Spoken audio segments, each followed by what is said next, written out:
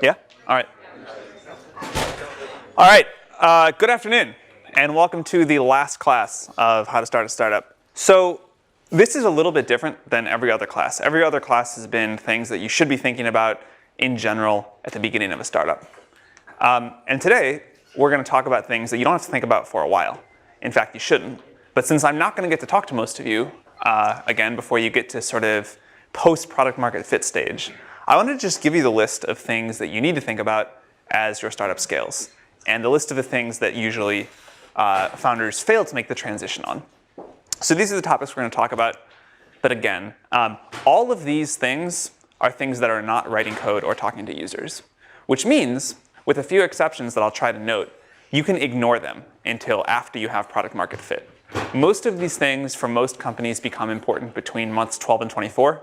But it's really more about stage than anything else. These are things that usually hit around 25 people and definitely post-product market fit. So just write these down somewhere and look back at them when you get there. So the first area we're going to talk about is management. At the beginning of a company, there is no management. And this actually works really well. Before 20 or 25 employees, most companies are structured with everyone reporting to the founder. It's totally flat. And that's really good, and that's what you want. And at that stage, that is the optimal way that's the optimal structure for productivity. But the thing that tricks people is that when lack of structure fails, it fails all at once.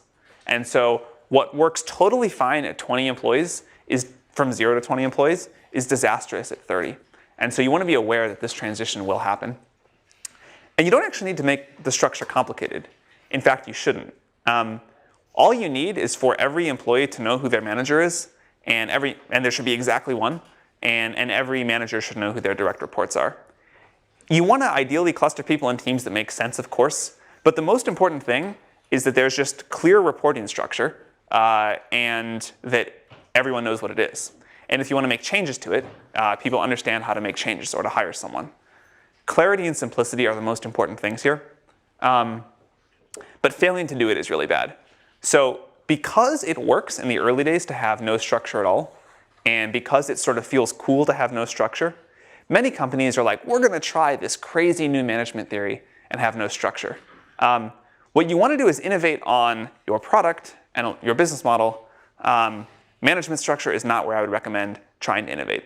So don't make the mistake of having nothing, but don't make the other mistake of having something super complicated. A lot of people fall into this trap where they think it's like, people feel cool if they're someone's manager, and if they're just an employee, they don't feel cool. So people come up with these convoluted circular matrices, management structures where you report to this person for this thing, and this person for that thing, and this person for that thing, but actually this person reports to you for this thing. That's a mistake too. So don't try to innovate here. This is the first instance of an important shift in companies, or in the founder's job. Before product market fit, your only job that matters is to build a great product, or your number one job is to build a great product.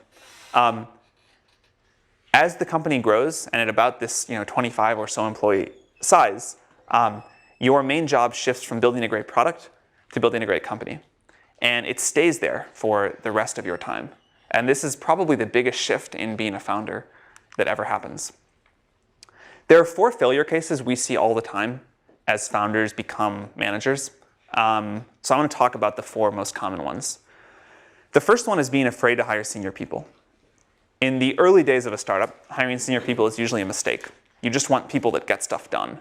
And the willingness to work hard and aptitude matters more than experience. As the company starts to scale, and at about this time when you have to put in place a basic management structure, it is actually valuable to have senior people on the team.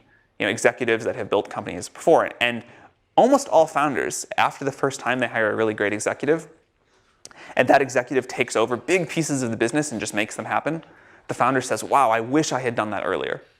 But everybody makes this mistake, and it waits too long to do this. So don't be afraid to hire senior executives. The second mistake is hero mode. So I will use the example of, say, someone that runs the customer service team. Someone runs the customer service team. They want to lead by example. This starts from a good place. It's the extreme of leading by example.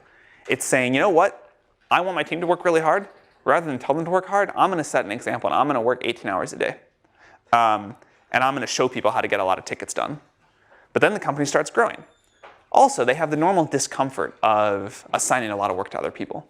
So the company starts growing and the ticket volume keeps going up. And now they have to do like 19 hours a day and then 20 hours a day, and it's just obviously not working. But they won't stop and hire people because they're like, if I stop even for one day, we're going to get behind on tickets. The only way to get out of hero mode in this case is to say, you know what, we're going to get behind on tickets for 2 or 3 weeks because I'm going to go off and I'm going to hire 3 more support team members. And I've calculated based off of our growth rate that this is going to last this long. And next time, I'm not going to make the same mistake. I'll get ahead of it and hire again. But you actually have to make a trade-off. You actually have to say, you know what, I need to hire more people and we're going to get behind on other stuff. That is the right answer. The wrong answer is to stay in hero mode until you burn out, which is what most people do. Third mistake, bad delegation. Most founders have not managed people before, and they certainly haven't managed managers. And so the way that the bad way you delegate is you say, hey, employee, we need to do this big thing. You go off and research it. Come back to me with all the data and the trade-offs. I'll make a decision and tell it to you, and then you'll go off and implement it. That's how most founders delegate. And that does not make people feel good, and it certainly doesn't scale. A subtle difference, but really important, is to say, hey, you're really smart. That's why I hired you. You go off. Here are the things to think about. Here's what I think. But you make this decision. I totally trust you. And let me know what you decide. That's the delegation that actually works.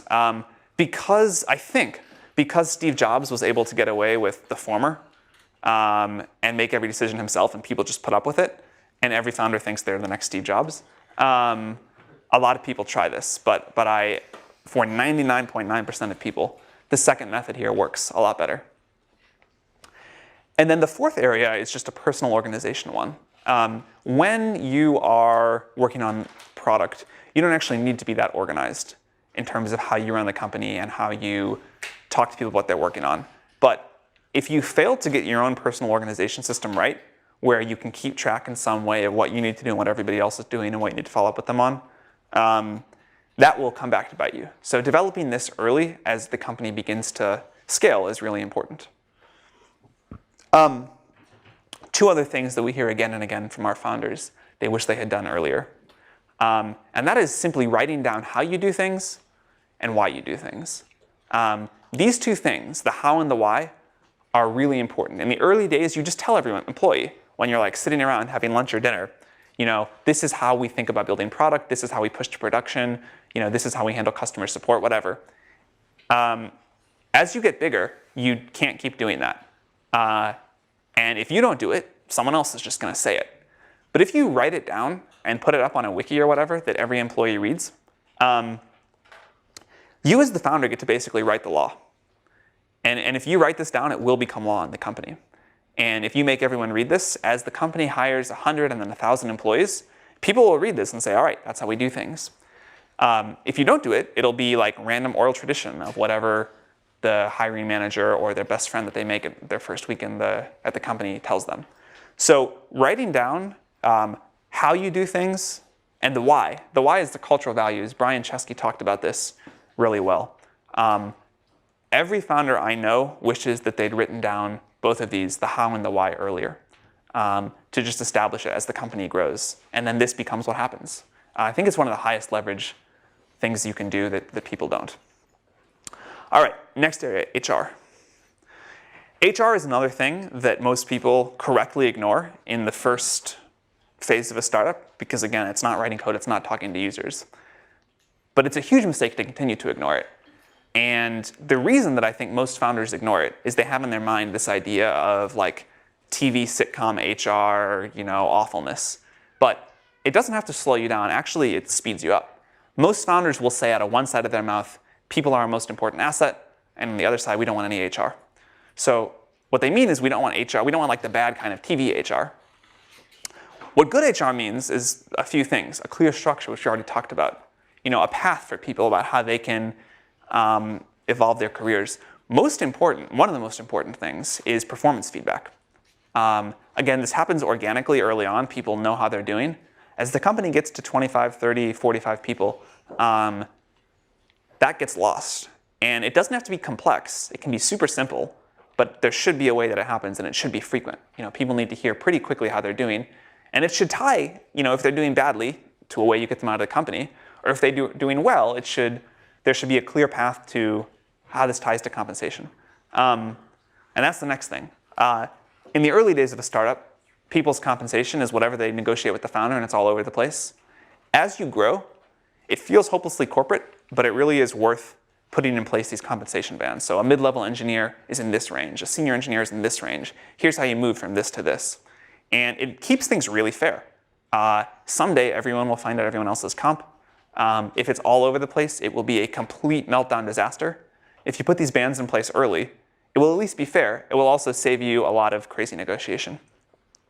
One thing that I think is really important when it comes to HR is equity. Most people get this right now for the early employees. They give a lot of equity. But I think you should continue to give a lot of equity all the way through. And this is one place that your investors will always give you bad advice. I think, not YC, but all other investors give bad advice here. Most do. You should be giving out a lot of equity to your employees. Now, this dilutes everyone, right? This dilutes you as the founder and the investors equally.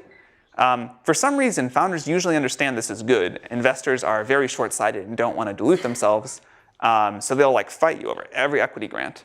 But we've seen a lot of data at YC now, and the most successful companies, and the ones where the investors do the best, end up giving a lot of stock out to employees year after year after year. So I tell founders, you should think about, for the next 10 years, you're going to be giving out 3 to 5% of the company every year, because you just get bigger and bigger. So the individual grants get smaller, but in aggregate, it's a lot of stock. And I think this is really important to do. If you value your people, you should be doing this. Specifically, you need to do this with refresher grants. And you should get a plan in place for this early.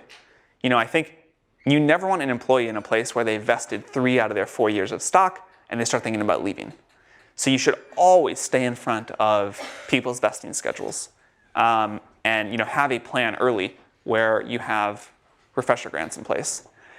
There are a lot of new structures that people have been using here. I personally like 6-year, big grants, but 6 years of vesting, because I think these companies just take a while to build.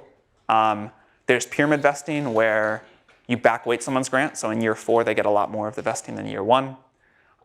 There's a concept, different names for it, but something like continuous forward vesting, where people's grants are automatically re-upped every year at the same number of shares. Whatever you decide, get an option management system in place at about this point. The normal way people do this is just someone keeps an Excel spreadsheet. I have seen mistakes that have cost employees or companies tens of millions of dollars because they didn't get this right. So there's really good option management systems or software, and you should get those in place around this point. The other sort of HR stuff to touch on, there are a bunch of rules that change around 50 employees. Common examples are that you have to start sexual harassment training and diversity training. There's a bunch of others as well, but just put a little pin in your mind that when you cross 50 employees, there's a new set of HR rules that you have to comply with. Monitor your team for burnout. Again, it's up to product market fit. It's just a sprint. Now it becomes a marathon. At this point, you actually don't want people to work 100 hours a week forever. You want them to go on vacation.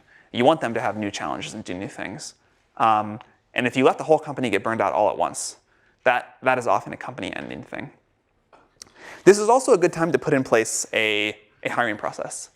Another thing that most founders regret is they don't hire. As soon as everything is working, I think you should hire a full-time recruiter.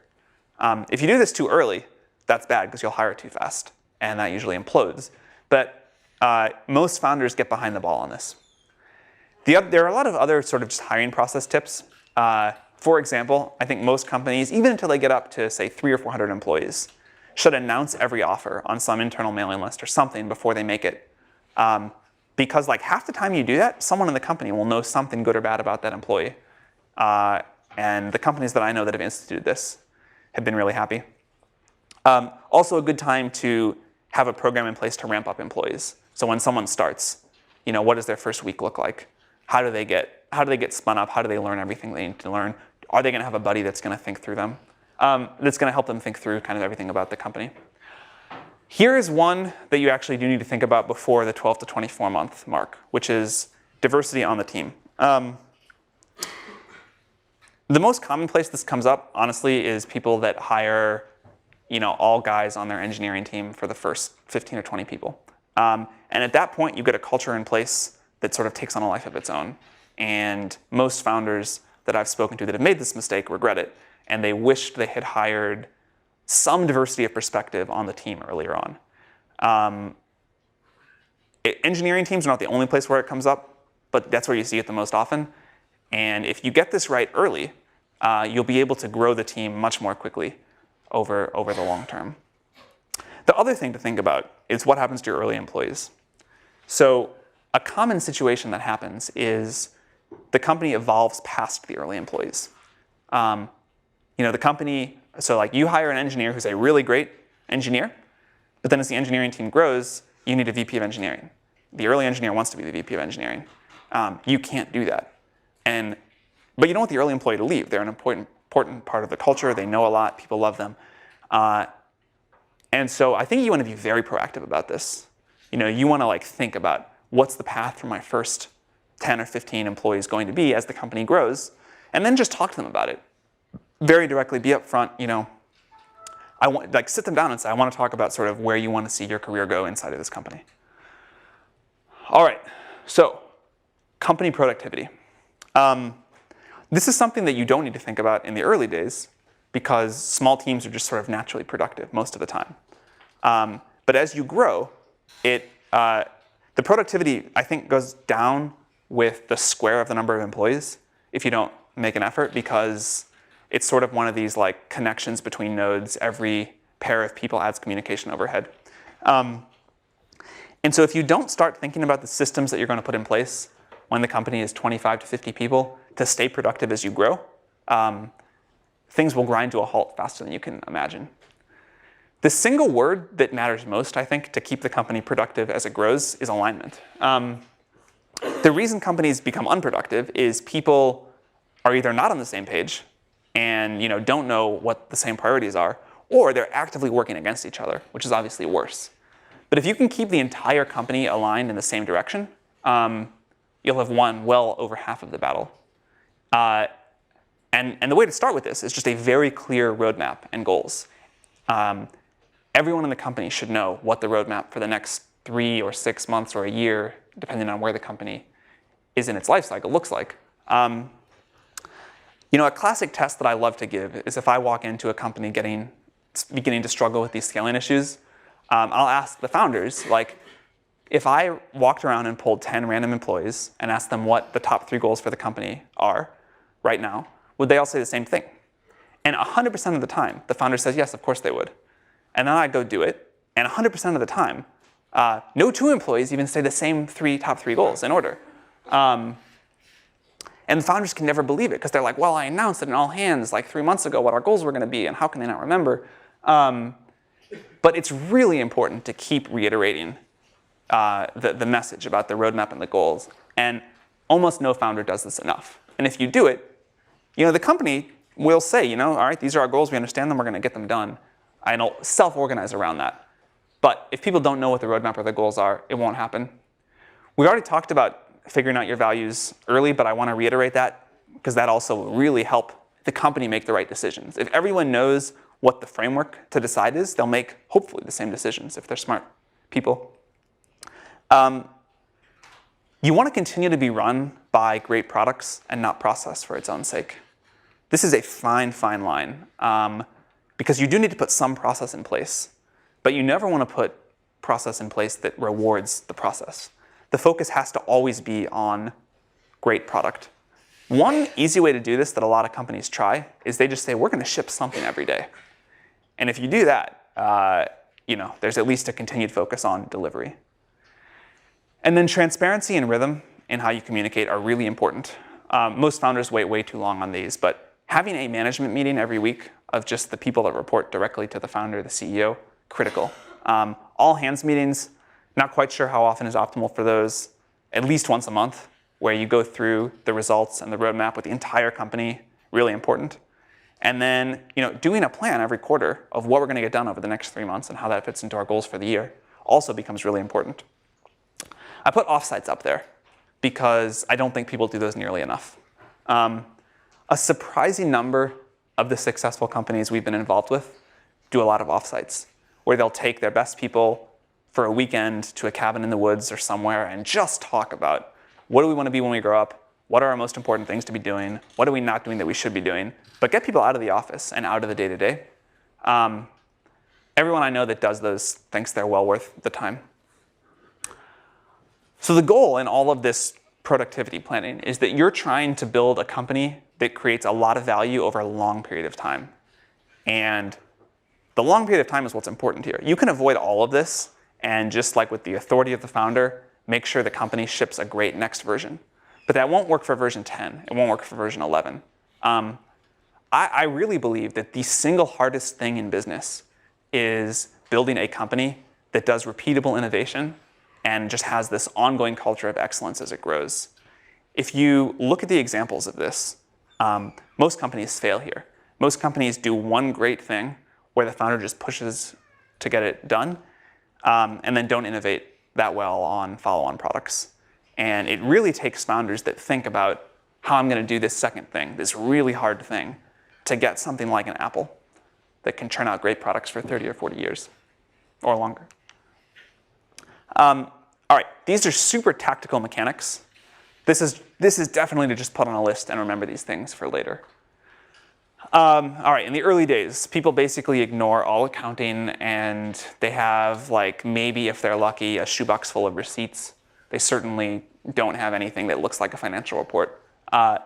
This is a good time to get it in place. You know, when things are working, say month 18 or whatever, you can do this with an outsourced person. Just say, you know what? We want to get our books in order. We want to start getting audits every year. We want to start a relationship with an accounting firm. Easy to do, definitely worth it. This is also a good time to collect your legal documents because it's easy to fix things now. So if you actually assign someone to go through and collect every agreement the company has ever signed, then when your landlord tries to screw you out of your lease and no one can find the lease, which happens like half the time somehow, someone will be able to find it. Also, you're almost certainly missing something. You know, some employee didn't sign their PIIA or whatever, and you'll find it now. It's easy to fix now. It gets really hard to fix like in the middle of your next round of financing. So again, this is time to bring like a little bit of the order to chaos. FF stock is a special class of stock for founders that the founders can sell in a later round without messing up the common stock valuation. It used to be that most people set this up right when they started the company. Founders Fund sort of popularized this, which is why it's called FF stock. But it became a really bad signal, right? Founders that were obsessed with their own personal liquidity when the company had nothing turned out to like fail most of the time. And so investors learned that if founders pushed on this in the seed round, it was a very, very bad sign. Most founders don't actually want to sell stock until the company is worth like $1 billion or something like that. So I think you can actually safely set this up after things start working in the next financing round, and then you can sell it 2, 3, 4 years down the road. But it's a good thing to remember by about the time you get to the B round. IP, trademarks, and patent. Actually, just IP and trademarks. So you have 12 months after you announce something if you want to patent it. And if you miss that window, it's very hard to do. So 11 months after you launch, or first publicly talk about what you're doing, is a good time to file provisional patents. We recommend people just file provisional patents. All that does is like hold your place in line at the patent office, and it gives you another year to decide if you want to patent something or not. It only costs about $1,000. It takes way less effort than a full patent. And most of the time you'll know whether or not you need the full patent a year later. But if you just do this one step, you'll at least have the option. It's also a good time to file trademarks for the US and major international markets. Again, if you don't do this at this stage, most people end up regretting it. And while you're at it, a good time to grab all the domains. FP&A, good time also, I think, to think about someone to start doing FP&A. I think most companies don't end up realizing where the knobs on their financial model are until far too late. And I think it turns out that if you have someone build a really great model of the business, and by really great, apparently Roelof Botha, who was the PayPal CFO and built their FP&A model, the top sheet of his spreadsheet was 1,500 lines. just as a level of the detail people build these to. But you can really optimize the business and understand it at a level that I think most people totally miss. Most people don't hire someone like this until they're many hundreds of employees. I think it's worth hiring earlier. Another thing that I think is worth hiring earlier that almost no one does is a full-time fundraiser. Let's say you hire someone like really, really great, and their full-time job is to raise money for the company. You hire them after your B round, and you say, you know what, by the time we raise our C round, we want the valuation to be double what it would have been otherwise. You almost certainly get better results than if you hire an investment banker or someone else, if it's just someone internal to the company, and you end up paying way less money and take like literally half the dilution. So I think this is one of these like slightly non-obvious optimizations that people just fail to make. Tax structuring. So this is another thing. Once things are working, it would be worth you spending a little bit of time thinking about how you set up the tax structure for the company. I confess I don't know a lot about the details here because I just find it personally really boring. But like somehow if you assign all the IP to like some corporation in Ireland that licenses it back to the US corporation, you end up paying like no tax, no corporate tax. But I know you can only do that like relatively early on. And this ends up being a huge issue for companies that don't do it, that compete with companies that do it, once they're big public companies. So that's worth doing. A lot of people throughout the class have talked about your own psychology as a founder. Here's what they haven't said. It gets worse, not better. As the company grows, you continue to oscillate. The highs are better, but the lows keep getting worse. And you really want to think about this early on and just be aware that this is going to happen. And try to manage your own psychology through the expanding swings that it's going to go through. Another thing that happens as you begin to be successful, as you go from being someone that most people rooted for, kind of the underdog, to someone that a lot of people start hating on. And you see this first in internet commenters who will be like, I can't believe this shitty company raised money, it fucking sucks, like awful. And it only bothers you a little bit, but then like journalists that you kind of care about start writing this, and it just goes on and on. This also will go on and on as you get more and more successful. And you just have to make peace with this early. But if you don't, it will bother you all the way through. This is also a good time to start thinking about how long of a journey this is going to be. Very few founders think long term. Most founders think kind of a year in advance, and they think that, you know what, in 3 years I'm going to sell my company, and either I'm going to become a VC or sit on the beach or something. Because so few people make an actual long-term commitment to what they're building, the ones that do have a huge advantage. They're in a very rarefied class. And so this is a good time to like sit around with your co-founders and decide, you know what, we're going to work on this for a very long time. And we're going to build a strategy that assumes that we're going to be doing this for the next 10 years. Just thinking that way alone, I think is probably a very high leverage thing you can do for success. Take vacation. Another common thing that we see is founders will run their business for 3 or 4 years without ever taking more than a day of vacation. And that works for like a year or 2 years or something like that. It really leads to nasty burnout if you don't do it. Losing focus is another way that founders get off track. I actually think this is a symptom of burnout. When you get really burned out on running the business, you want to do easier things or sort of more gratifying things. You want to go to conferences and have people tell you how great you are. You want to do all these things that are not actually building the business. And the most common post-YC failure case for the companies we fund is that they're incredibly focused during YC on their company, and then after they start doing a lot of other things. They advise companies, they go to conferences, whatever. Focus is what made you successful in the first place. There are a lot of reasons people lose focus, but fight against that really, really hard. This is the special case of focus. As you start to do well, you will start to get a bunch of potential acquirers sniffing around. And it's very gratifying. And you're like, wow, I could be so rich and I'd be so cool. And M&A negotiations feel really fun. This is one of the biggest killers of companies, is that they entertain acquisition conversations. You distract yourself you get demoralized if it doesn't happen. If an offer does come in and it's really low, you've already like mentally thought that you're done, and so you take the offer.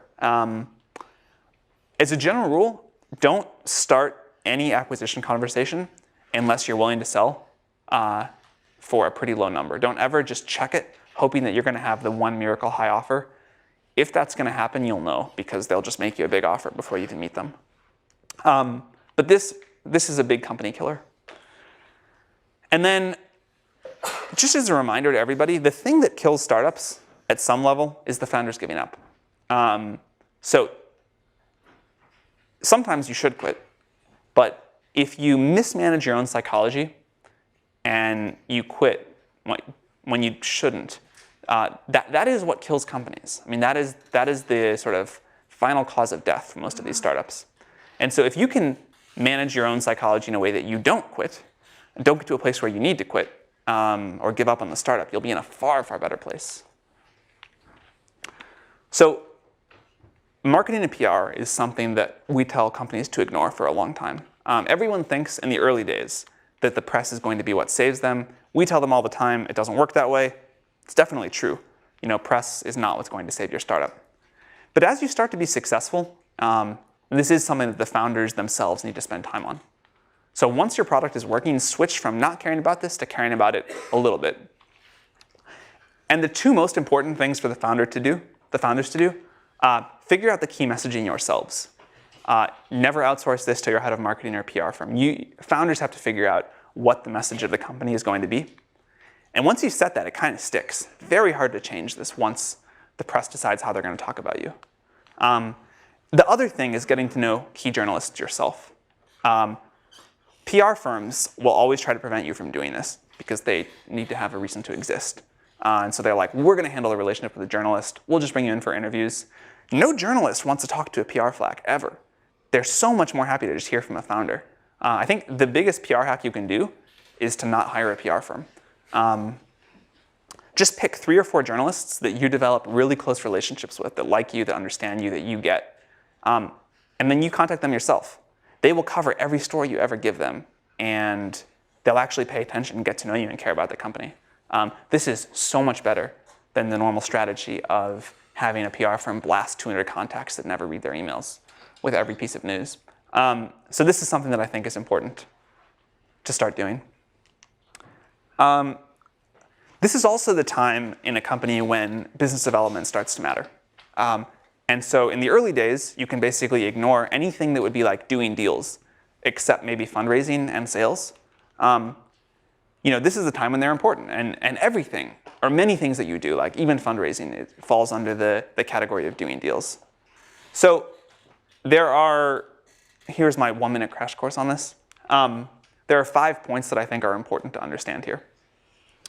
We've talked about this a lot. Nothing will matter if you don't build a great product. So assume that you've done this before you go try and get anyone to do anything with you. Developing a personal connection with anyone you're trying to do any sort of big deal with is really important. For whatever reason, most founders fail to do this, or many founders fail to do this. But no one wants to feel like they're this transactional thing, that you're using them to get distribution for your product or to raise money or whatever. And so figuring out some way to actually care about this person and care about what you're doing with them and not view them, you have to, in your own mind, not just view them as this one-off transaction. You have to actually care about them and what they're going to get out of this. Competitive dynamics. So this is like basic principle of negotiation. Most founders will learn this the first time in fundraising, but it actually matters for everything. The way you get deals done and the way you get good terms is to have a competitive situation. If you don't do this deal with party A, you're going to do it with party B. It's not always an option, but it usually is. And this is like the single thing that makes deals happen and makes deals move. Tyler talked about persistence at the last lecture, so I won't hit on that again too much, other than to say you have to go beyond your comfort point here most of the time as a founder. And then the 5th point is you have to ask for what you want. This is another thing. I still have trouble with this, and certainly most of the founders we do have. If you want something in a deal, just ask for it. Most of the time, you won't get laughed out of the room, and you might get it. But you have to be like, at some point, you actually have to say, this is what I would like you to do, even if it feels aggressive or an overreach or whatever.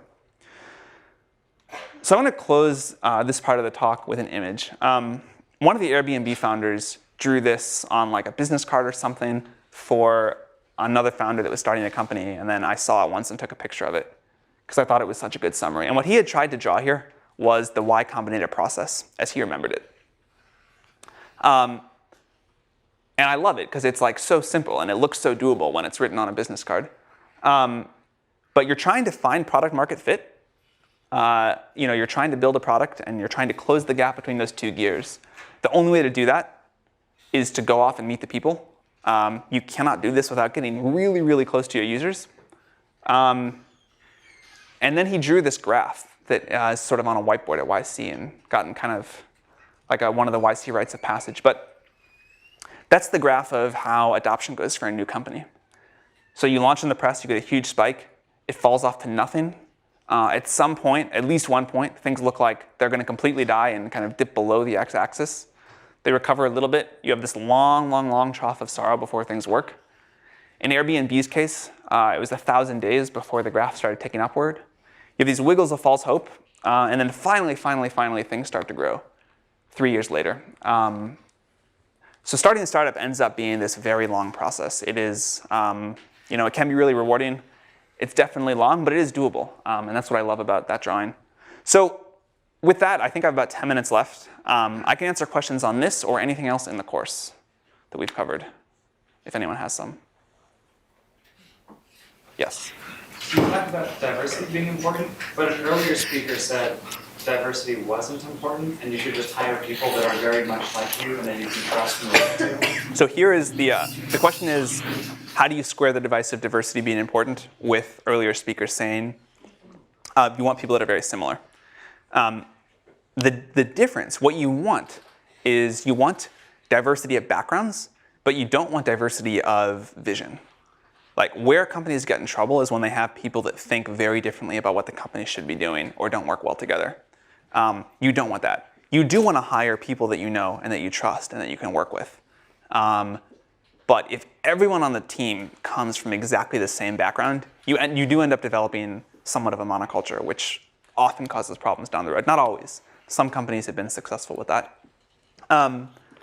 So what we tell people is hire people that you know and that you've worked with before, but try to hire people that are complementary and aligned towards the same goal, not people that are exactly the same, because you just get a better skill set.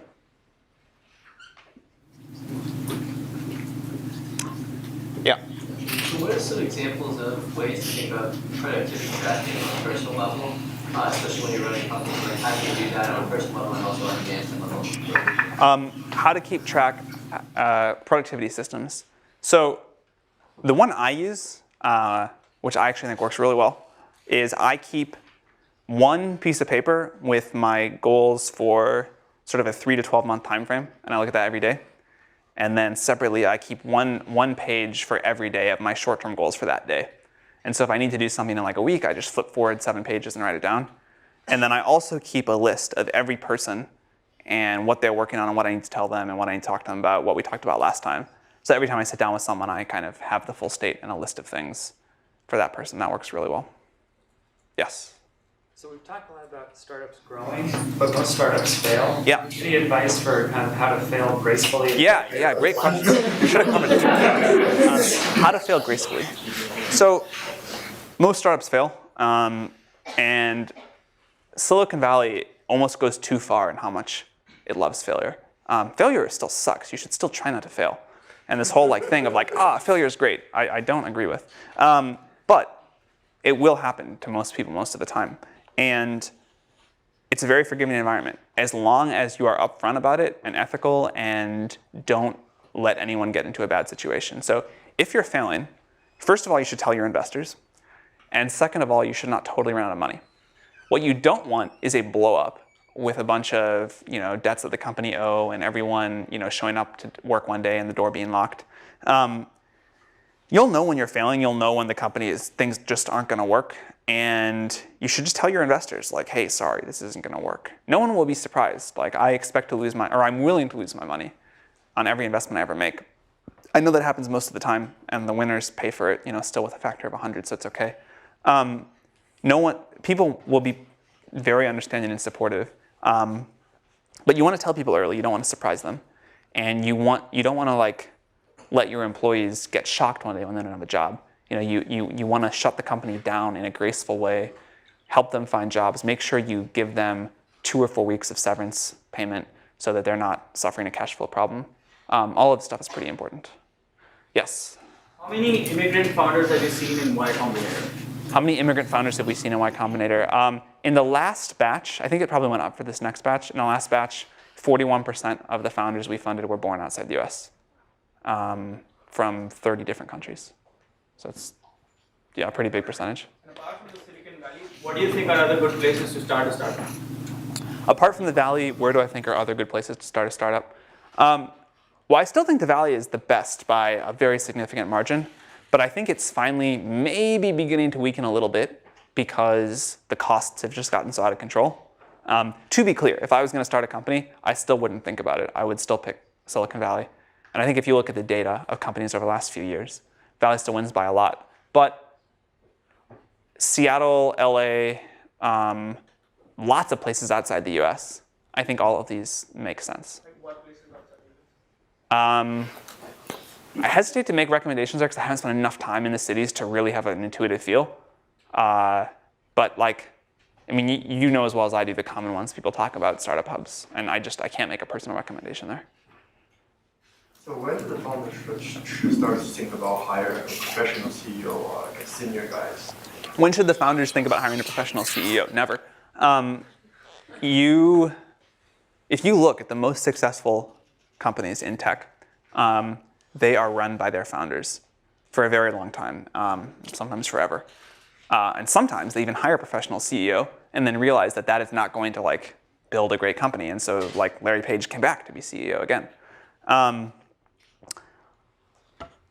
I think if you don't want to be the long-term CEO of a company, you probably shouldn't start one. I'm not totally sure about that. I think there are exceptions. But generally, the transition I talked about today, if you go from building a great product to building a great company, being a founder, for 9 of the 10 years is going to be about building that great company. And if you're not excited about doing that, I think you should think hard about it. Yes? What are some of the most common and most alarming warning signs you should be looking for when you're trying to make this shift from building a great product to building a great company? What are the most common mistakes to make when you're shifting towards building a great company? I think I went through most of them here. I try to put everything in here that I see people mess up most of the time. Yes? Is there a way to get involved in the YCOM community before getting accepted?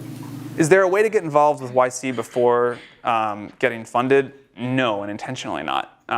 Actually, I'll say, the one thing you can do is if you work at a YC company and then later apply, I think that probably that definitely, if you get a good recommendation from those founders, will help with YC. So, working at a YC company helps.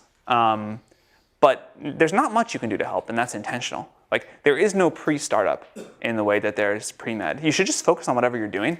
And then when you start a startup, there are things like YC and others that are structured to help you. Most of the founders we fund, we don't know at all before we do it. You really don't need to get to know us or get involved. We're all good that way. Yes? There's a statistic you're saying now harder to get into Y Combinator than get into Harvard. So I'm curious, the criteria that you use for the pickup startup, does it change over time? The question is, what criteria do we use to pick startups, and has it gotten harder? Or has it changed? The 2 things that we need to see are good founders and a good idea.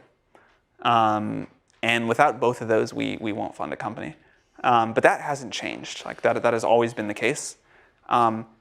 The applicant pool to YC has grown quite a bit, but a lot of the growth is people that shouldn't be starting startups anyway, probably, that are just doing it because it's sort of the cool thing now. So if you're really passionate about an idea, and the idea is good, and you're smart, and you get things done, and you're executing, I still think you have a very reasonable shot at YC, even though the headline number is bigger. Yes? There's a certain market that you're really excited about but don't necessarily know a lot about yet. Is there a certain path that you recommend or ways to? Sure. If there's a market that you're excited about but don't know a lot about yet, what should you do? Two schools of thought on this. One is to just jump right in, learn it as you go. That's worked a lot of times. The other is to go work at a company in the space or do something in the market for a year or 2 years. I lean slightly towards the second, but as long as you're willing to really learn and really study and really get uncomfortably close to your users, either case will work. And I don't even think it's that much of a disadvantage. I think all things being equal, I would go spend a couple of years learning about it in detail, but I don't think you have to. Yes? Yeah, I have a question related to YC Sure. too. Yeah, so I think YC did a fantastic job in promoting entrepreneurship in Silicon Valley. In fact, as an institutional investor, actually I invested 3 of the YC in the past few years. But however, right now it seems like you guys have 180 companies a year dumping into the market, and it looks like it's hard to follow each of the YC company anymore. Do you think this will create some, some people will walk away from YC because they cannot follow such a large batch of companies? And usually, in the old days, the company has to be very polished, and the fund has to be think over and over about the idea, and develop tons of VC in some road, and then they got funded. But right now, it seems like the young founders, it's easy to access the capital. All right, so I think the question is, do I think investors are going to fund less YC companies as we grow? No, definitely not. Like, certainly the trend in this is the other way. We have more and more investors saying that, half their portfolio is now YC companies, and they look forward to the day where it's 3/4. No, I don't think that's a problem at all. I think that is so not on my top 100 problem list. The opposite of that, maybe. All right, one more question. Yes? When should a group of founders raise a seed fund? Or the first money? When should a group of founders raise some seed money? This is a great question. I think that in general, it's nice to wait until you have the idea figured out and initial signs of promise before you raise money. Raising money puts some pressure on the company, some time pressure, and once you've raised money, you can't be in this exploratory phase indefinitely. You end up having to rush. And so, if you haven't raised money and your idea is not working, you can, flail around and pivot until you really hit on the thing that's working. But if you've raised money and your idea doesn't work, you're in this oh shit moment, and you have to pivot. And you pivot to whatever the first vaguely plausible idea is. And that's bad. So I think if you can wait to raise any outside capital, more than say $100,000 or $200,000 if necessary, but ideally not even that, until things are working, or at least pointed in the direction of working, you're way better off. All right, thank you all very much. This was fun.